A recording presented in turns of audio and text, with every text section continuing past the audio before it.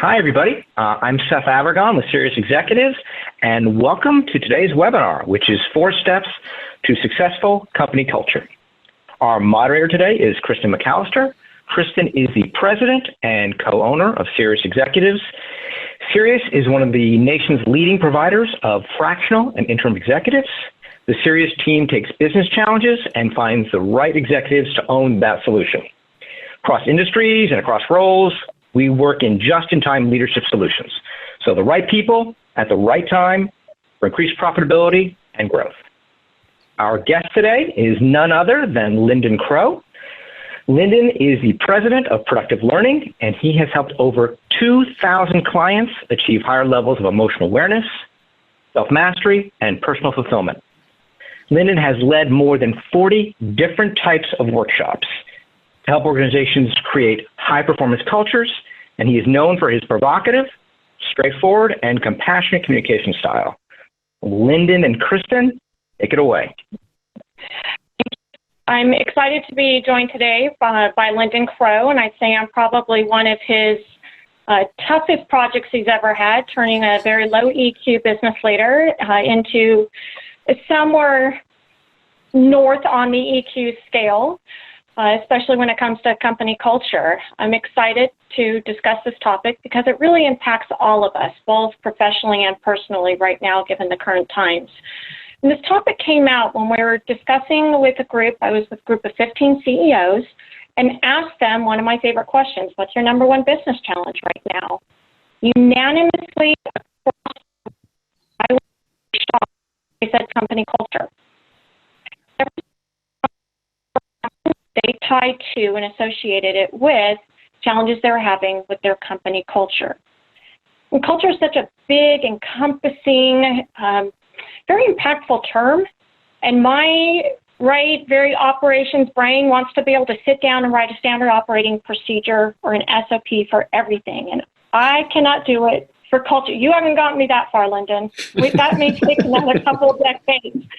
So I've asked Lindon Crow to help us better understand the impact of culture, help us provide his version of an SOP for a successful company culture. Now, if at any time you've noticed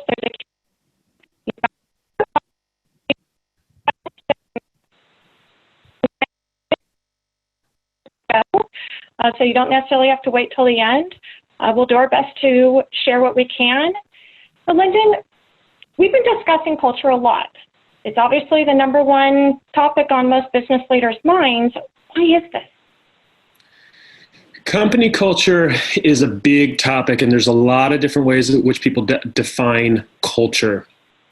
And what I believe is unfortunate is when things are going good, people don't typically talk about culture. They don't talk about their values. They don't talk about how they make decisions because things are just rolling. The sales are coming in, clients are coming in, profits are being spent out. And so people are just running and riding along the wave. And when things turn south, and times get difficult and cash is tight or the economy is dropping, or as right now when we're in the midst of COVID and there's an unknown future ahead of us, is there a cliff? Is there not a cliff? How steep is that cliff? That's when people are looking to understand, how do we make choices and decisions? And if they don't have a stated and aligned culture, then they are going off intuition and gut and spur of the moment emotions that are guiding them, as opposed to some doctrine that everybody is looking at the same direction, rowing in the same direction. And so because COVID is happening right now and people are not understanding how to do their business, some people are skyrocketing. You and I know businesses that are skyrocketing and they're having problems with how much they're pushing on their growth pedal. And other people are wondering if they can make payroll and if they should be closing business in the next month or quarter or so. Either way it goes is because there is big decisions to be made. If culture is not determined already and bled throughout the organization and everybody understands, then that's when people say, I don't know what my culture is, and we don't know what's going on. And we have a disparate piece of guidance that's actually stemming people in all these different directions, because this person feels that they need to run over to the left, and this person feels they need to run over to the right, and somebody in front and somebody behind. As opposed to organizations that have set cultures, when they are pushed up against the edge, they still know what to do. They know how to make the decisions and choices because they have an idea of the values that they adhere by. And so if you're understanding the context that I'm giving, is that an individual has a way in which they view the world.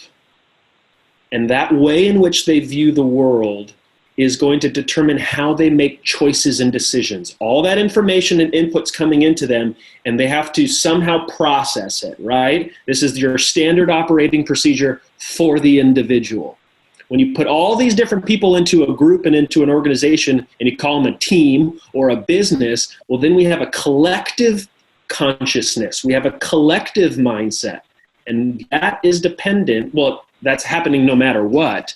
And what I'm hoping for is that people start to see the value in culture is not just when things are tough, but when things are good. Because when things can go bad quickly, and you don't have a culture in place to understand the value propositions and what is a priority versus others and how we make decisions, then all of a sudden people are going to start going left and right, and nobody, actually not nobody, it may be that people are rowing in all kinds of different directions. So right now people are looking at it because it's so, the amount of unknowns is skyrocketing for all businesses. You were talking about the values and how they play a role in that company culture. I think, Seth, I think you've got a question from the audience on that. I do. I've got one from Jeff. Lindon, how do you differentiate between core values and culture? So your core values are part of your culture. Let's think about your culture as the collective mindset of an individual. The collective mindset thinks about is how do we think about problems? How do we think about opportunities and challenges? How do we think about the individuals? How do we think about our clients and our space within the whole market? That's all of the collective culture, is how do we deal with everything? The values is one segment of that. We value honesty and openness versus we value ingenuity versus we value punctuality. We value this. Well, those values are part of the mindset of the whole. And how do you view the mindset of the collective organization would also be determinant of how you prioritize your different core values.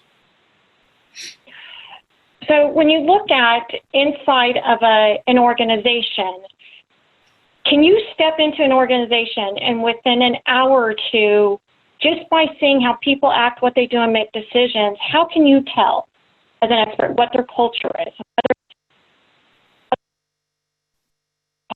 are the symptoms that you see? So I missed the last part of what you said. If I walk into an organization, how can I tell what the culture is? Is that what your question is? Yeah. What are some of the symptoms that you see in how they're operating? So the idea of culture is step out of business for a moment, because I think you'll actually be able to use them. We can use them and understand how it will work. So let's pretend you walk into a friend's house, and you walk into a friend's house and it feels comfortable and nice and homey, and it's got good smells, it's fresh, and things are picked up and clean. And you walk down the hallway and you look into a kid's room, and yes, there's stuff, but essentially everything is put away, right? That family unit has a culture of tidiness, of welcomeness, right? Or you walk into a family, a house, and there's dogs and cats everywhere, and there's fur on the ground, and there's laundry piles over there, and you can tell that when you go to put some trash under the sink, it's actually overflowing, and nobody's deciding to pick it up and take it out to the trash cans. That's family culture. It's the same with a business. If you walk into a business, one real easy demonstration is when you walk into an Apple store. how do you feel? You feel like everything is in its place. Everything is clean and crisp. Everyone's wearing the same clothes, but it's casual, right? It's semi-casual, but we know what we are talking about. We've got geniuses. They have a whole feel for how they want to represent and the mindset of those individuals, right? You can go to any kind of restaurant, any kind of business. When you walk in, they're already demonstrating their culture. If they don't have the same chairs, if they don't have an idea of dress code, if somebody's wearing suits and ties and somebody's wearing shorts and flip-flops, that is the culture. But what is that culture saying? So you can diagnose, you can make assessments of what a culture is as you walk in, as people answer the phone. How do they answer the phone? How prompt are they in responses to their emails? Is it informal type or is it very formal? What's the kind of feel that you want? All of that is the collective mindset of the culture of an organization. And you feel that right off the bat, no matter any of the kinds of interactions that you have with an organization.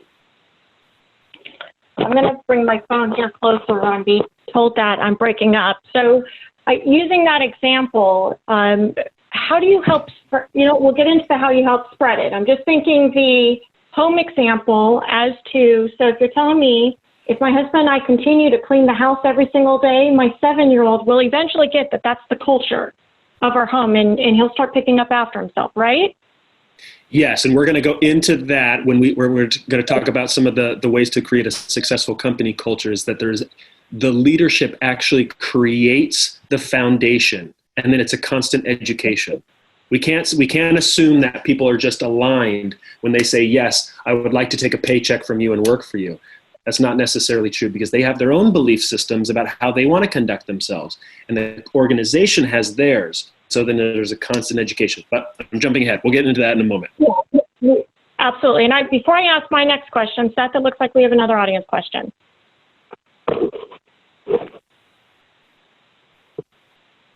Yep, we do. So this is an interesting one for you, Lindon. So we have a lot of interims we work with, and an interim in the panel, in the audience here asked, as an interim, how does one effectively address the culture issues given the mindset that the interim leader is there temporarily? I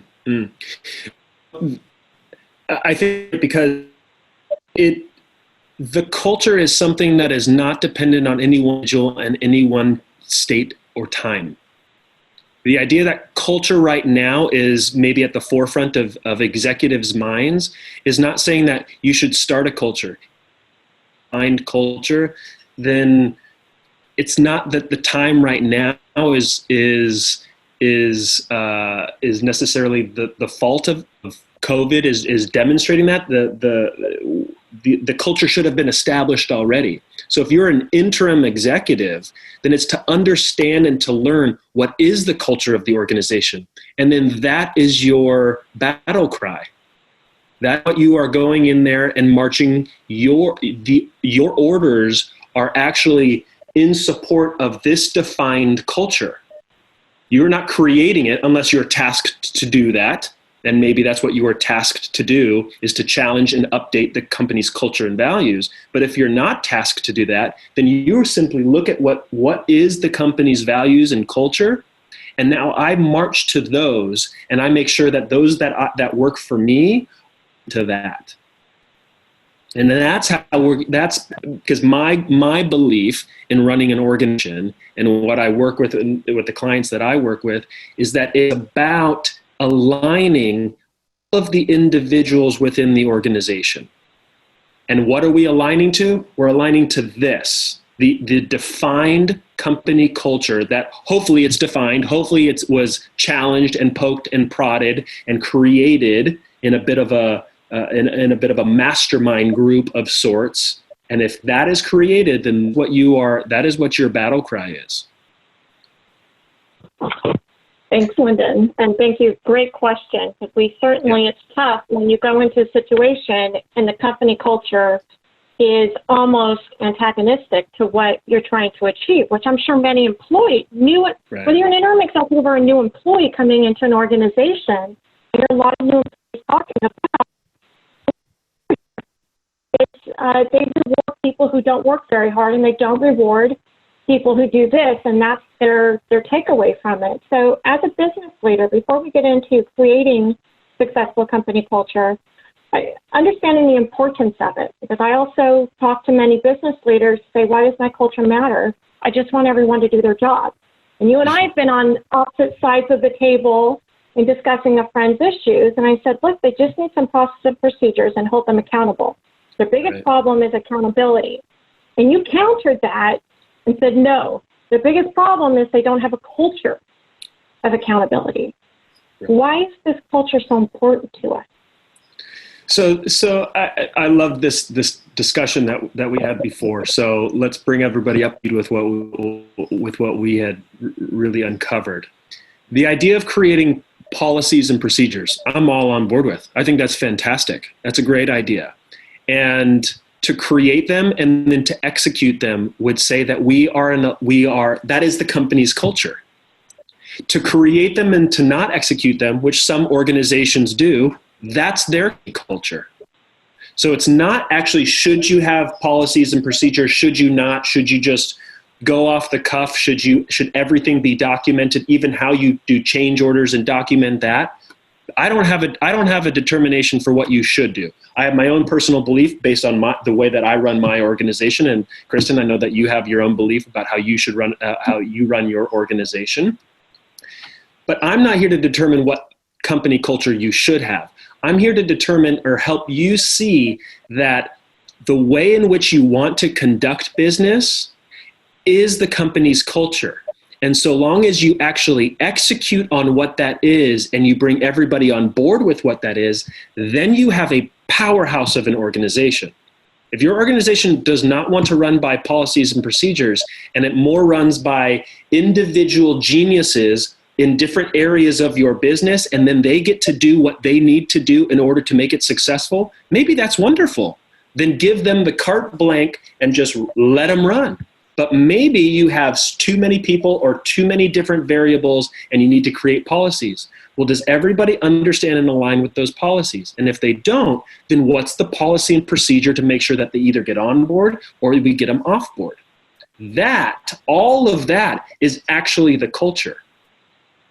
So we can't say that it's not about policy or procedures or it's about culture. It's about what's the culture that you want. And does your culture say, we adhere to the policies and procedures because we have gutted through them, we have vetted them, we have challenged them, and we see that this is the best possible method. That would be a great company culture.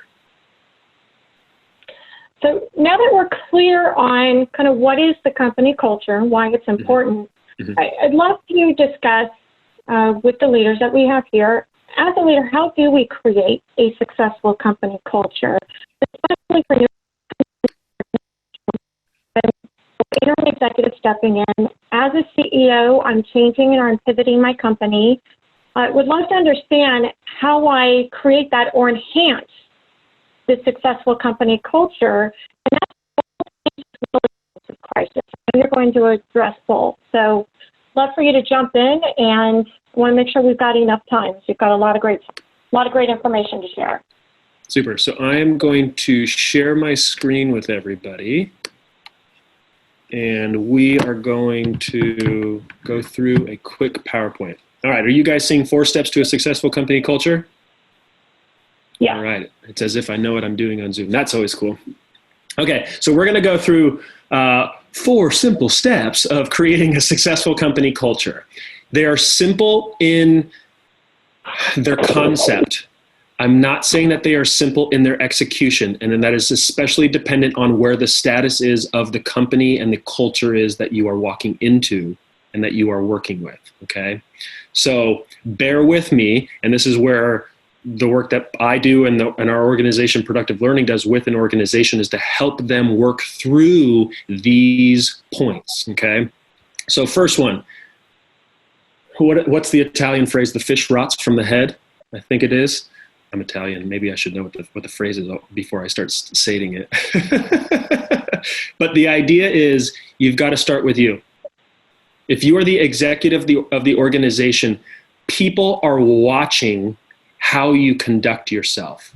We have From our beginning, when we come out of the womb into this world, we have what are called mirror neurons. And when you think about an infant and a mom or a dad smiling at that infant, what does that infant do? It starts to learn to smile. And then if you get a sour face, that infant starts to scrunch their face. We actually have neurons that mirror what we see. It is one of the ways in which we learn how to conduct ourselves. It is monkey see, monkey do. So if we, as the executives of our organization, say that we have a company culture of X, Y, and Z, and then we conduct ourselves, though, sometimes by doing A, B, and C, then what is it that we are teaching our people as by way of the example? Even though I say this, do this. That is what they are hearing, and that is therefore the culture that they are inheriting by watching. So now they're going to walk around and I say this, but I'm going to do this. So you have to be the company culture. You have to understand the values and which one is a priority over which, and how you make decisions. What information do you bring in? Do you make the decision by yourself? Is it more of a democratic system where everyone gets a vote? Is it only a select few? How does that happen? That's part of the company culture. Well, then the next time that it happens, you've got to go and do what that is, even if it is against your own gut or your own personal values, because it is not your values that you are running by. It is by the company's values that this thing is moving. I have my own personal values, and my wife have our own personal values for how we conduct our personal life, right? We look at how we want to invest, how we want to spend our money, how we want to spend our time. And most of those, because I run my organization, it is my organization, a lot of those are aligned with my company, but not all of them. My company has its own set of values, and I need to, when I am working within my organization as the president, I need to be those values and make sure to exhibit what those are. Now, the question has to be asked here. That's great when you're in front of that baby and they're able to mirror image you, or when you're in front of those employees on a day-to-day basis and walking around and in meetings. We've gone from 300 people in one office to 300 offices. How do you, from as a one-dimensional Zoom or in many different ways, be able to still share that culture and ensure that you don't end up with 300 cultures? Sure, that is a great question, and I'm going to step back and to give you some context to how I'm going to answer the question. So, in regards to, I don't want to go off on a too big of a tangent, but I'm going to just do it very short. In regards to emotional intelligence, meaning the way in which we conduct ourselves mentally and emotionally, all of our system is conducted. All of the choices and decisions we make are based on the way in which we think and the emotions that we have. When our system, meaning our mind-body system, is challenged and is put through stress, one of those stressors being change, it will revert back to and make sure that it is okay based on its own beliefs. It becomes very egocentric and self-serving out of good nature, right? If we are just out in the savannas of the world and things are changing, we need to make sure to take care of ourselves.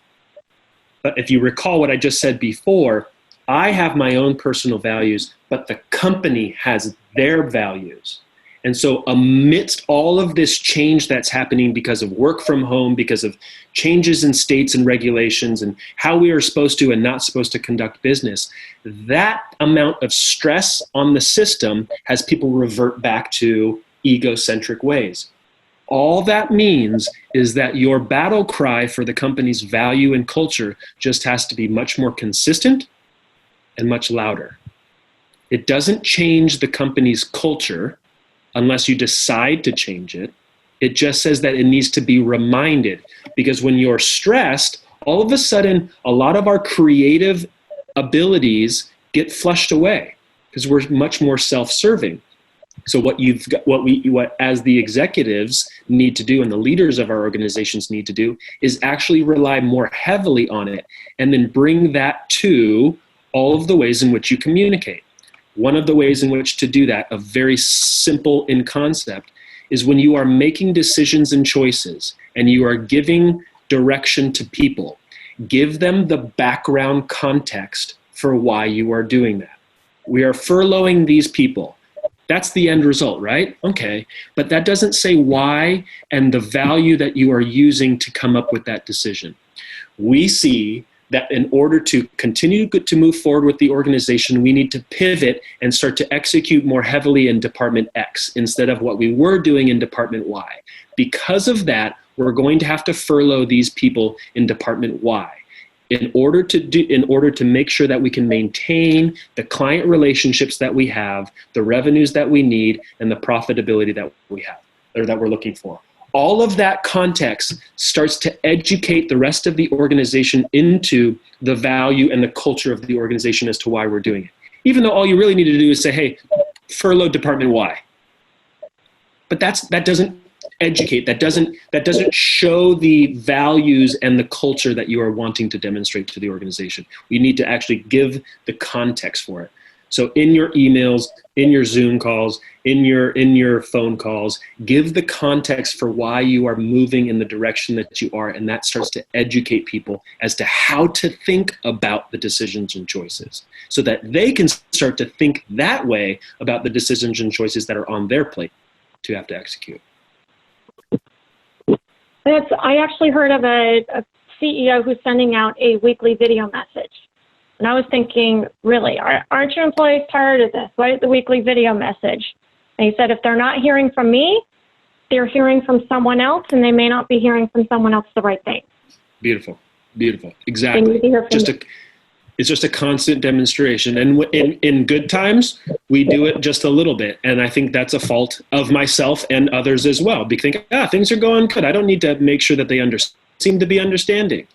But it's a constant education. It's a constant education. And then when tough, we our need to be more consistent in that education of the values and the culture just gets heightened. So that's a demonstration. Okay. Before you move on to the next, I've seen a couple questions as to will we be sharing the slide deck and the video? And yes, absolutely. For everyone who has registered, we will be sending a copy of this webinar as well as the slide deck, just to answer that. Other questions? Should I jump to number 2? Go for it. Number 2. Okay, so start with you. Second one, make sure we're on the right thing. Enroll others to be the culture. The culture is a set of values and a mindset for how to do business. And it does not matter if you are the CEO, it doesn't matter if you are the department head, if you are a manager, if you are the front desk person, or if you are the interim person. It does not matter, because we are all adhering to this doctrine that we have decided is the way in which we are going to conduct business. So in order to have that move through the organization, who are what at Productive Learning we call cultural champions. And the cultural champions hopefully are your executive team and department heads, because they have a lot of natural influence over the organization because of the decisions and responsibility that they have. But not necessarily. There are other people that create a lot of influence just by who they are. Who are the people that everyone seems to be moving towards their desk when there's breaks. They seem to be the one saying, hey, let's do happy hour on Friday. And people say, yes, I want to go to hang out with that person. Who's the one that seems to be the one that just knows and touches base with everybody? They can be cultural champions. Enroll them to be the culture that you are wanting. Why? Because people naturally look to them. Those are your natural leaders. So have them also, along with you being the executive of the organization, have them also be the ones to be disseminating the information about how they're making the decisions, how they're prioritizing their choices on X, Y, Z. And so what you would be doing is looking for those people in your organization, Maybe they're department heads. Maybe they're your executive team. But maybe they're one of the low people on the totem pole. It doesn't matter. So long as people are looking at them, see if you can put extra time into those people and educate them on how you are making decisions and choices so that they then will start to understand when I make my decisions and choices about things, I'm going to educate other people. And that creates that ripple effect out. So how to create it is start with you. Second part is go find others to enroll that are cultural champions within your organization. Go ahead, Kristen. Yeah, no, you know me here. We've got to break it down into some details. Do I give them a button that says culture champion? Do I ask them, do you want to do this? And here's what this means. Or is it done in a less obvious way through actions and words? Is this something that's official or just blended into natural conversation and in what we do? So I've done it both ways within organizations.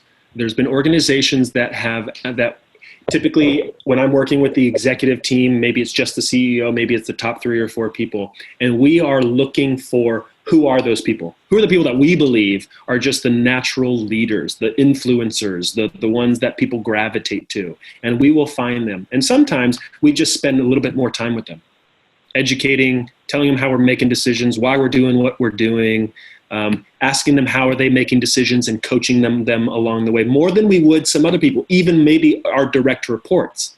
Sometimes it's just that natural way. Other organizations, we've actually labeled them cultural champions. And they actually create, what I've done before with some organizations, is we've created groups of them within the organization. And those cultural champions from 5 different departments come together once a week or once a month to talk about how are we going to bring this part of the organization forward so that we can understand, we can help the rest of the organization see how we want to adhere to this cultural manifesto that we're all living by.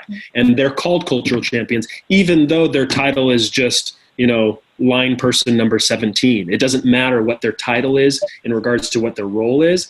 They've been deemed a cultural champion. So I've done it both ways, but I would definitely suggest that the executive team start to look through their roster of people and just say, yeah, John, Sally, Sam, and Sue, those are the people. So what's the culture that we have as to how we would want to bring them up into and enroll them into the company's culture and have them start to bring that information out to the rest of them?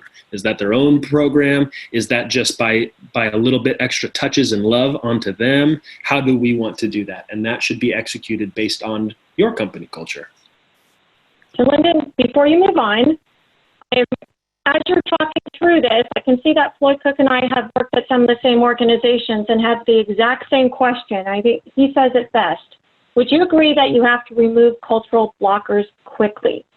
That's those Yes. people in the organization that are, I love that you use the word blocker, Floyd. Perfect word. Yeah. The short answer is yes. There are toxins within an organization, and I'm sure if you guys and gals read business books and TED Talks and all those different kinds of things that we can do, there's the easy ones to let go of, which are the cultural people that are not culturally aligned, and then they're not actually good at their job or responsibility. Really easy to let go, right? I should say easier to let go. For some people, it is very difficult and it is emotionally challenging, and I totally get that.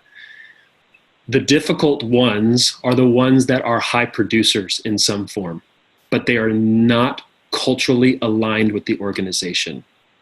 And in some way, they are toxic to that. And it's difficult because they are pushing the top line forward, they are executing their role or responsibility, but the faster growth of the organization, actually I shouldn't say the faster growth because they can be the faster growth, the healthy growth of the organization is actually dependent on how many people move and flow in the right direction in regards to the culture. And sometimes when you have that one cultural toxin in there, they can push the top line or make something that much faster or whatever it is, but the foundation of the health of the organization doesn't move along because the gossip or the lack of agreements or the whatever it is that then actually diminishes the value of the rest of the people in the organization. And that is where I don't make the decisions and choices when I'm working with an organization. I just make the observations and let the executive team work on that. But that's where I have to just say, here's the examples of when this happens, when you have a cultural toxin. I get that there's positives, but the negatives, they cannot be undone. And so, yes, my suggestion is moving them out faster than slower. A car that's stuck in the mud and the tires are just spinning and not going anywhere. Right. So before you move on, and I promise we'll get to number 3, Seth has another question from the audience. I do, and thank you, Lindon. And there were several questions on this because you did talk about that cultural blocker, but we had a few questions on bad culture, right? What do you do if you're in a bad culture? If you are there, how long do you stay? So I'm kind of rolling up several questions here, but a few of them around this. You've got a negative culture with distrust, complaints, and escalation. And then, as an interim or even as a full-time employee, what do you do? And how long do you stay? Yeah. So big question, and see if I can answer that in short. So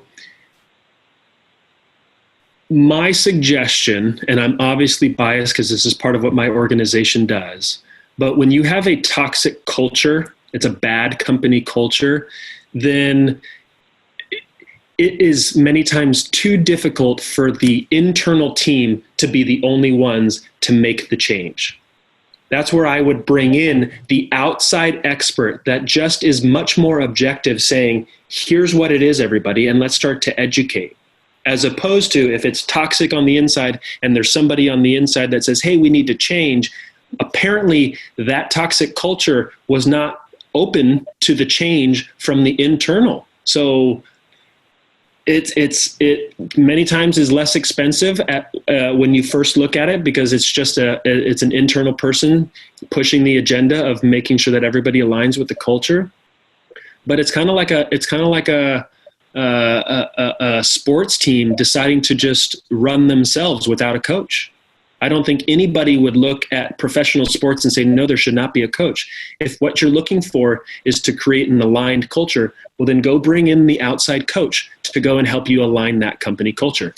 The team, meaning you, the executive, and the rest of your organization, have to go do the work. They're the ones dribbling the ball, kicking the ball down the field, throwing the ball down the field. You're the one still doing the legwork. The coach is the one just coordinating, just letting you see what the plays are and how we could also start to look at the entire pitch on the field. That's what my suggestion is you've got to go bring in the outside expert to come and help with that. The other part that you asked is, should you stick around? That's more of a personal value. That's one that you would have to look within yourself. Where are you in your life and what is it that you are wanting to live by? Is this the battle that you want to go and fight? Or is this not the battle? This is not what you are up against. This is not what you decided to put your life to. And that is a personal question with a lot of reflective time that I would suggest that needs to be had.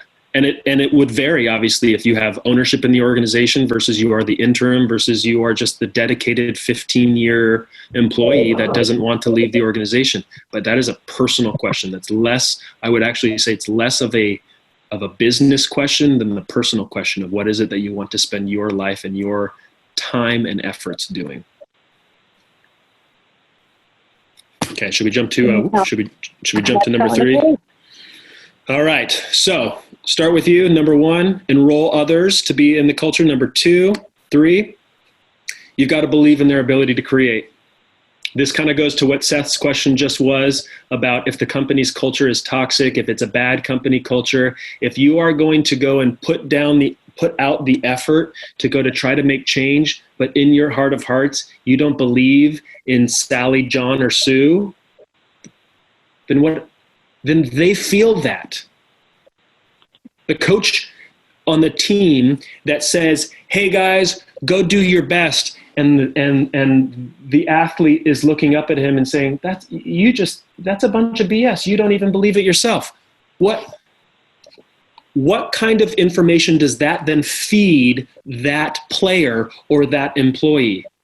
Is that the person on top that is leading me, that is the one saying, hey, go into the battle, into the fight, is actually saying, I don't believe that it's going to happen? The amount of discord and dissonance that happens within that employee would just add to the weight of the stress that they're already feeling amidst all of this.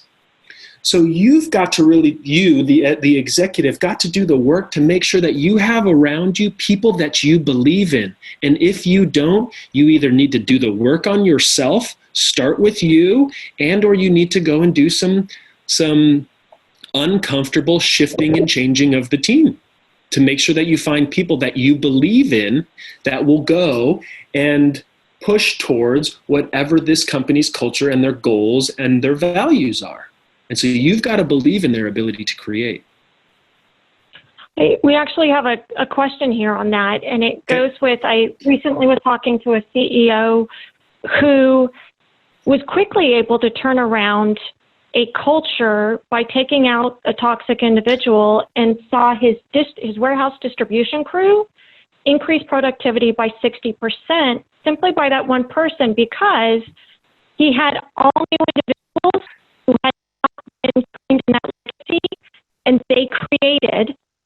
He just stepped back and let them create it. And when they created it, it seemed to speed up and go out quickly. And Drew Ferrero has a question that says he's seen it sometimes take years. What are your thoughts, Lindon, on how long it takes to really impact or change a culture? Yeah, it can be very quickly done, especially when you take out what are we calling them, blockers, the cultural blockers. I love that. Yeah, I like that one too. It can definitely have an immediate impact. Just the feel within the department or the office, or now working from home and getting on a Zoom call, when you've got somebody that's just the stick in the mud versus you get somebody else in that is ready to go and push and charge, and they believe in what you guys are trying to execute. So there can definitely be an immediate shift, but many times that is a quick burst of adrenaline. Right? That's the quick wind in the sprint, but you're in the long sprint. You're in a long run. And so what changing a company's culture is changing habits. Habits not just with the way in which we act, the behaviors that we do, but also the way in which we think and we emote. And that is a long process. And yes, I don't if that was somebody's question, that can be a multi-year process. There are organizations that we've worked with for 5, 8, and 10 years, and we continue to work with them year over year because their company grows, which means that there's more people that are brought on, which means that we have to make sure that all of those people are aligned with the company's culture. And then they find a new revenue stream. And so we have to make sure that that department and that whole revenue stream and all the people that are supporting that are aligned with this bigger company culture. And once they hit the next plateau in business, they move from 10 to 25 million or 25 to 50 million. And now they're multi-office across the nation.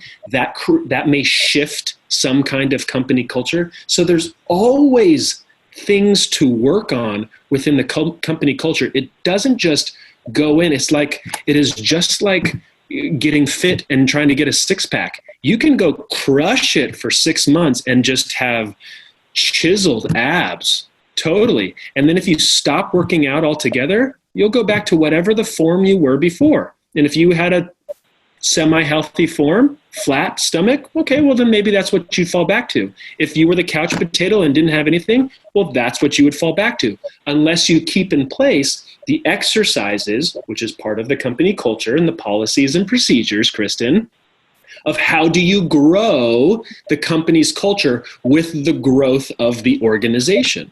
So it is a ongoing practice. It is not we hit the mark and now we're all good. No. It is an ongoing exercise of developing and adapting and moving forward the company's culture.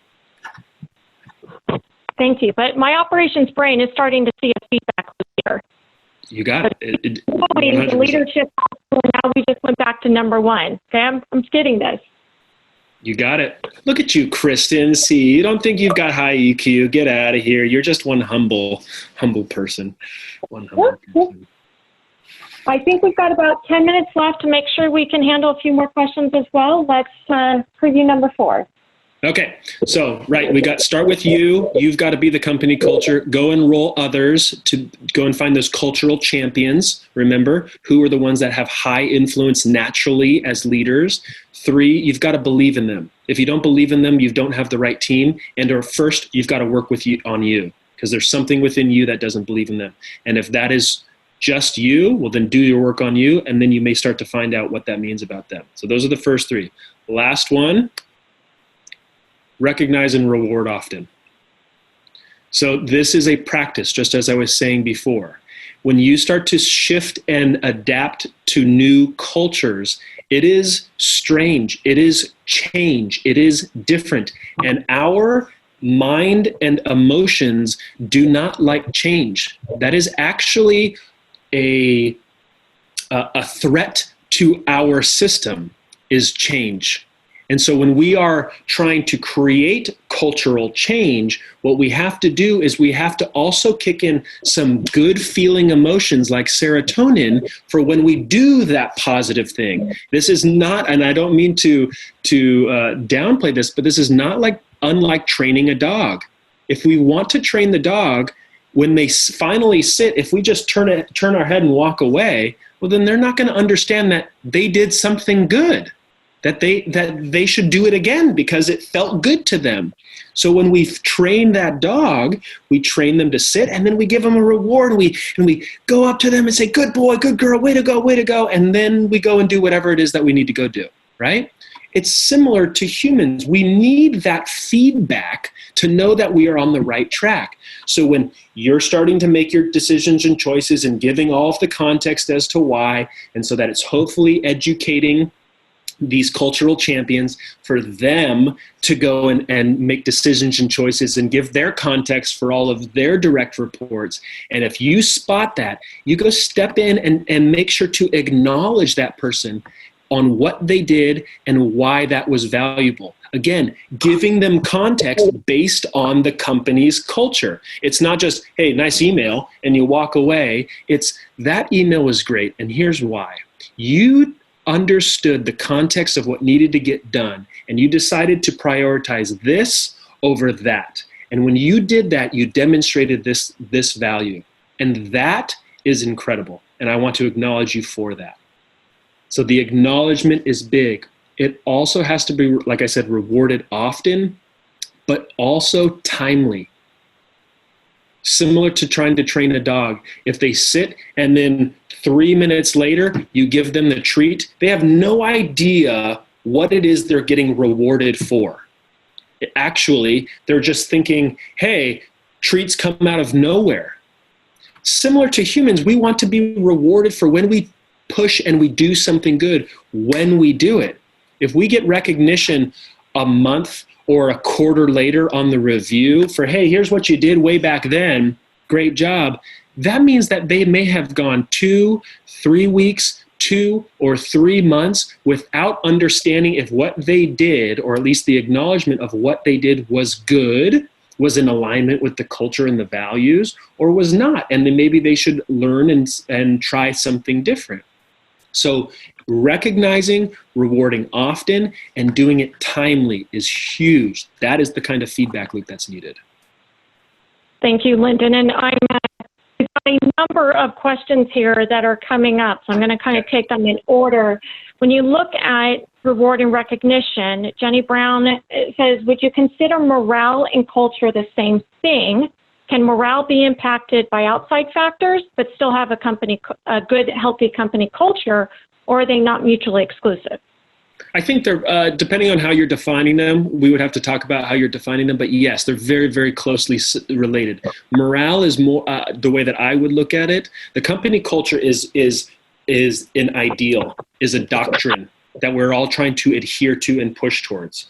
The company morale is much more temporal, meaning it's of this day, of this week, of this month. How's the company morale today? Oh, we're feeling really good.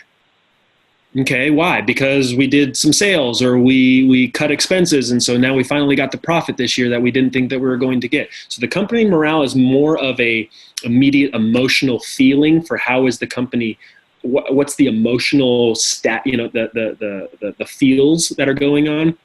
The company culture is just saying, hey, here's the values. Here's how we believe. Here's what we believe in. Here's how we think about things. So they're related. There's our Venn diagram, if you will. But one is much more timeless, and one is much more set on a time frame, meaning today or this week or this month. It's interesting because what could motivate people you just mentioned a month ago or 2 months ago may change today. And Mark has an interesting kind of question point. He says it's his understanding that choosing the right reward matters and is different for each group or individual. And he's seen where the reward ended up eliciting a negative response, and they really didn't feel, or it was inconsistent. Yes. What's your advice on that? Well, that's also depends on the company's culture. So my organization, we do workshops and seminars on emotional intelligence. We do that for individuals, and we also do that for organizations. We help them develop their company's culture. So we're talking about mindfulness and consciousness. Do you think it would be in alignment with our company culture if we all went and got sloshed on Friday night at the local bar? That doesn't make sense, right? That's not in alignment with bringing consciousness and awareness.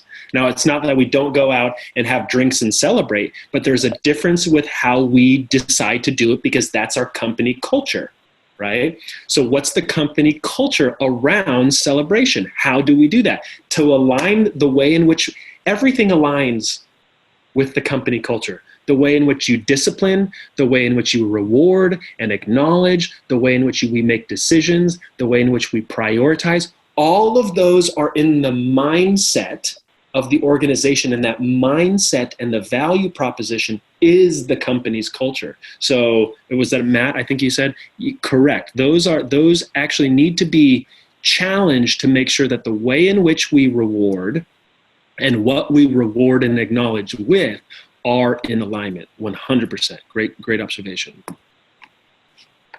Thank you. So there's another comment here that I think it goes to your point, Lindon, you mentioned at the beginning, where it doesn't really happen overnight. But Michael Little had made a point as to, well, that also depends on the size of an organization. A 5-person organization is certainly going to be able to adjust and react a lot quicker than a 500-person organization. But it all starts at the top, as you mentioned. 100%. The leader. And there was another comment here. I want to make sure we get this in before we need to wrap up, as to from John Kaminsky, which is, what do you do in a situation where the culture blocker is a high-level boss, or as we've found in many situations with our clients, CEO business owner? Very, very interesting. Wow, looks like we ran out of time. Sorry, everybody, for that leaving you on that last one. You'll have to come back next week for Kristen and Lindon's second. Yeah, that's part of the webinar in and of itself. Yeah, right. Any quick comments on that?